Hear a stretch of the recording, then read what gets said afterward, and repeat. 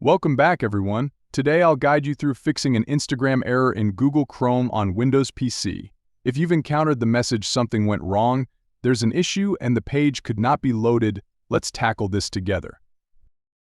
Start by checking your internet connection in Windows 11 settings and running the Internet Connection Troubleshooter. In Network and Internet Settings, configure DNS server settings for your connection.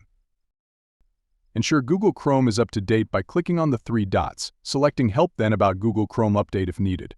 In Chrome settings, navigate to Privacy and Security and clear browsing data for all time.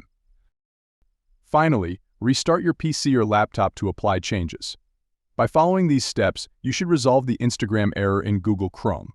With these simple actions, you'll be back to browsing Instagram without any issues.